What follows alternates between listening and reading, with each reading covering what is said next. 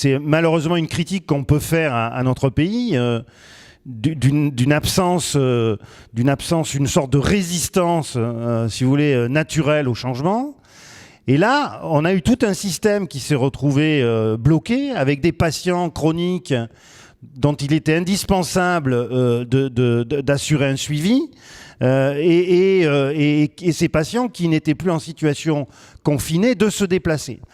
Et donc, on a eu un boom considérable de tout ce qui concerne la télésurveillance, la téléconsultation, tout simplement parce que les professionnels sont retrouvés au pied du mur.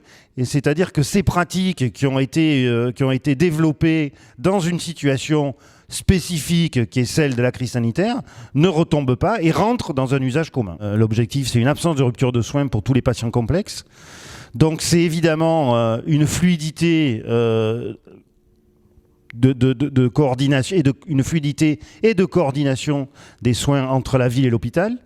Donc la santé numérique est tout à fait essentielle. La définition effectivement du patient qui est éligible à la santé numérique, c'est un patient qui est par définition ambulatoire, qui a une pathologie complexe et qui nécessite une surveillance rapprochée.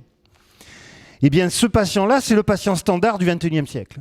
Le numérique, dans le domaine de la santé, c'est qu'un outil. Et c'est un outil qui doit permettre le circuit court, c'est-à-dire des prises en charge rapides des patients, quel que soit leur positionnement territorial. Donc on voit bien que c'est une ambition très forte.